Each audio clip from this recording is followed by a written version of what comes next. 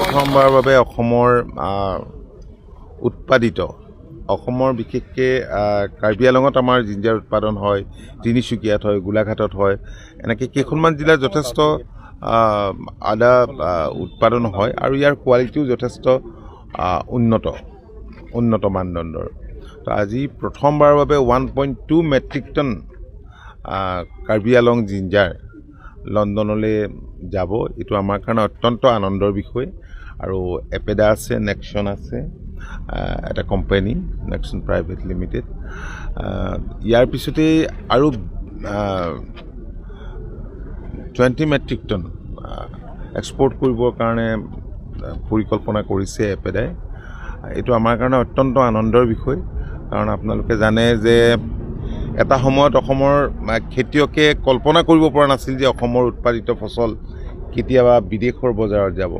কিন্তু 2022-23 বৰ্ষত 4,000 crores উৎপাদিত ফচল বিদেশৰ বজাৰত গৈছে। তাৰ ভিতৰত টিটো আছে, আছাম টি 2200 কোটিমান টকাৰ, বাকী অন্যান্য ধৰণৰ প্ৰডাক্ট।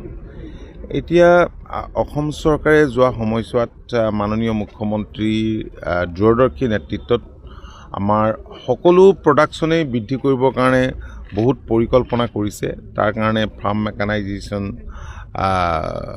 কৰিছে আৰু বেলেগ বেলেগ ভাৰত চৰকাৰ আৰু অসম চৰকাৰে দিয়া সুবিধাবোৰ খেতিয়কক সঠিকভাৱে দিবলৈ আমি সকলোৱে চেষ্টা কৰিছোঁ। আৰু সেইকাৰণেই এতিয়া ধানৰ উৎপাদনো বাঢ়িছে, অন্যান্য প্ৰডাকশ্যনবিলাকো বৃদ্ধি পাইছে। আৰু অসমৰ খেতিয়কে বাণিজ্যিক মূল্য থকা খেতিৰ ওপৰত এতিয়া যথেষ্ট গুৰুত্ব আৰোপ কৰিছে। আৰু অসমৰ নতুন প্ৰজন্মৰ যিসকল যুৱক যুৱতী আছে, শিক্ষিত যুৱক যুৱতী আছে, এইসকল কৃষি খণ্ডৰ লগত জড়িত হৈ পৰিছে। আজি কেইটামান দিনৰ আগতে মাননীয় মুখ্যমন্ত্ৰী ডাঙৰীয়াই 254টা ফাৰ্মাৰ্ছ প্ৰডিউচাৰ্ছ কোম্পানীক 12 লাখকৈ টকা দিছে। 15 লাখকৈ দিয়াৰ টাৰ্গেট আছিল, 12 লাখ প্ৰথম পৰ্যায়ত দিছে। আৰু তেখেতে কৈছে যে খেতিয়কসকলে যদি এই কোম্পানীবিলাকে যদি ভালকৈ কাম কৰে, তেতিয়াহ'লে নিশ্চিতভাৱে অহা সময়ছোৱাত প্ৰথম ফেজত তাৰপিছত 50 লাখ, তাৰপিছত 1 কোটিলৈকে দিয়া হ'ব। গতিকে এনেধৰণে চৰকাৰে যি পৰিকল্পনা কৰিছে, এই পৰিকল্পনাই মই ভাবোঁ যে আমাৰ কৃষি খণ্ডক আৰু আগুৱাই লৈ যাব আৰু আমাৰ কৃষকৰ ইনকাম নিশ্চিতভাৱে বহু পৰিমাণে বৃদ্ধি পাব। মই এপেডা আৰু যিটো company Nexon private limited, Messrs Nexon food products private limited কোম্পানীৰ সমূহ কৰ্মকৰ্তাক ধন্যবাদ জনাইছোঁ। আৰু এই গোটেই কামখিনিত আমাৰ কৃষি বিভাগে সম্পূৰ্ণ সহযোগিতা আগবঢ়াইছে। আমাৰ ইয়াত আজি এগ্ৰিকালচাৰ প্ৰডাকশ্যন কমিশ্যনাৰ আছে, ডাইৰেক্টৰ আছে, এপেডাৰ জেনেৰেল মেনেজাৰকে ধৰি এপেডাৰ নৰ্থ ইষ্টৰ যিসকল দায়িত্বপ্ৰাপ্ত বিষয়া আছে সেই সকলোকো আছে, ফাৰ্মাৰ্ছো ইয়াত আহিছে। মই সকলোকে বহুত বহুত ধন্যবাদ আৰু কৃতজ্ঞতা জনাইছোঁ। কি ধৰণত বিক্ৰী হ'ব এই মানে কৃষকৰ পৰা কেনেধৰণে কিনিছে? নাই, চাওক, প্ৰথম কথা হ'ল যে এইবিলাকতো ইয়াতো বিক্ৰী হয়। লোকেল এই যিবিলাক আমাৰ যিবিলাক উৎপাদিত ফচল আছে, এইবিলাক ইয়াতো বিক্ৰী হয়। কিন্তু আমাৰ কৃষকক আমি যদি বেছি দামত বিক্ৰী কৰাৰ সুবিধা দিব পাৰোঁ, সেইটো আমাৰ কাৰণে এটা আশাপ্ৰদ কথা। আৰু ইয়াৰ ফলত আমাৰ কৃষকসকল বেছি লাভান্বিত হ'ব আৰু উপকৃত হ'ব। সেইকাৰণে বেছি দৰ পাইছে কাৰণে ইয়ালৈ কোম্পানীৰ মাজত সোমোৱাৰ কাৰণে অকণমান এই কামটোতো কোনোবাই কৰিব লাগিব। এইটো পোনপটীয়াকৈ কৃষকসকলে কৰাত স্বাভাৱিকতে অসুবিধা আছে। আপোনালোকে জানেই যে ইয়াত এইবিলাক যিবিলাক আমাৰ ইণ্টাৰনেশ্যনেল এগ্ৰি হৰ্টিছ শ্ব' মাজে মাজে হয়, এইবিলাকত B2B কণ্টেক্টটো হয়। কৃষকসকলে ইজনে একদম পোনপটীয়াভাৱে যোগাযোগৰ ব্যৱস্থাও কৰে। তেনেকৈ বহুত কৃষকে পঠিয়াইছে এতিয়া, কিন্তু এই ক্ষেত্ৰত এপেডাই ছাপোৰ্ট দিছে আমাক আৰু এই কোম্পানীটোৱে ছাপোৰ্ট দিছে। Thank you. যে এই আদাখিনি উৎপাদনকাৰী যিখিনি কৃষক আছে, কৃষি বিভাগৰ কি ভূমিকা আছে তাত কৃষকক? চাওক, অসমৰ যিবিলাক খেতিয়ক, আপোনালোকে খেতিয়কসকলক সুধিলেই গম পাব, যিবিলাকে ভালদৰে খেতি কৰিছে সেইবিলাকে নিজৰ চেষ্টাটোতো লাগিবই, নিজৰ ইনিচিয়েটিভ লাগিব।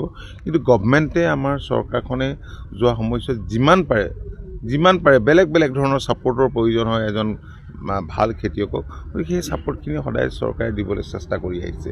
তো আপোনালোকে জানে আমি কৃষি যান্ত্ৰিকীকৰণৰ ওপৰত গুৰুত্ব দিছোঁ। প্ৰায় 2 লাখমান এতিয়া ওচৰা ওচৰি হ'বগৈ ফাৰ্ম মেচিনেৰী যোৱা বছৰকেইটাত আমি কৃষকক যোগান ধৰিছোঁ ৰাজসাহাৰ্যযুক্ত ফাৰ্ম মেচিনেৰী। ইয়াৰ উপৰি অন্যান্য ধৰক আমাৰ এতিয়া ফাৰ্টিলাইজাৰ এইবোৰক বা অন্যান্য সা সুবিধাবিলাকবোৰক যিমান পৰা যায় দিবলৈ কৃষকক আমি চেষ্টা কৰি আছোঁ। মই এটা কথা সুধোঁ যে মই ৰিচেণ্টলি বৰপেটা বা এইফালে চৰচাপৰি যিখিনি অঞ্চল আছে তাত ঘূৰি আহিছিলোঁ যে মাকৈ উৎপাদন যি কৃষিক লৈ পেলাই কৃষি বিভাগে যথেষ্ট উৎফুল্লিত হয়, সেই মাকৈ উৎপাদনৰ কিন্তু আজিলৈকে কৃষি বিষয়াই নাই। প্ৰথম কথা চাওক, মাকৈত কেতিয়াবা গভমেণ্টে ৰাজসাহাৰ্য দিব, ছাবচিডি দিব, এই কথাটো কৃষকে কেতিয়াও কল্পনা কৰা নাছিল।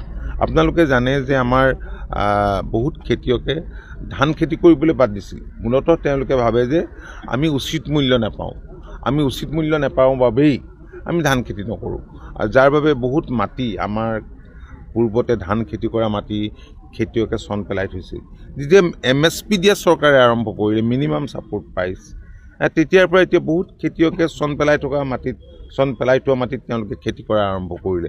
আৰু ইয়াৰ উপৰিও অতিৰিক্তভাৱে আকৌ ৰাজসাহাৰ্য দিছে, ধানত ৰাইচত দিছে, ঠিক পেডিত দিছে, ইয়াৰ উপৰিও মেইজত দিছে, এডিশ্যনেল ছাবচিডি দিছে গভমেণ্টে MSPৰ উপৰিও, ঠিক তেনেকৈ মাষ্টাৰ্ডত দিছে, যাৰ বাবে খেতিয়ক এতিয়া খেতি কৰিবৰ কাৰণে বেলেগ খেতি কৰিবৰ কাৰণে বাণিজ্যিক মূল্য থকা খেতি কৰিবৰ কাৰণে খেতিয়কসকল আগবাঢ়ি আহিছে। এইটো আমাৰ কাৰণে এটা আনন্দৰ বিষয়। ঠিক আছে, থেংক ইউ।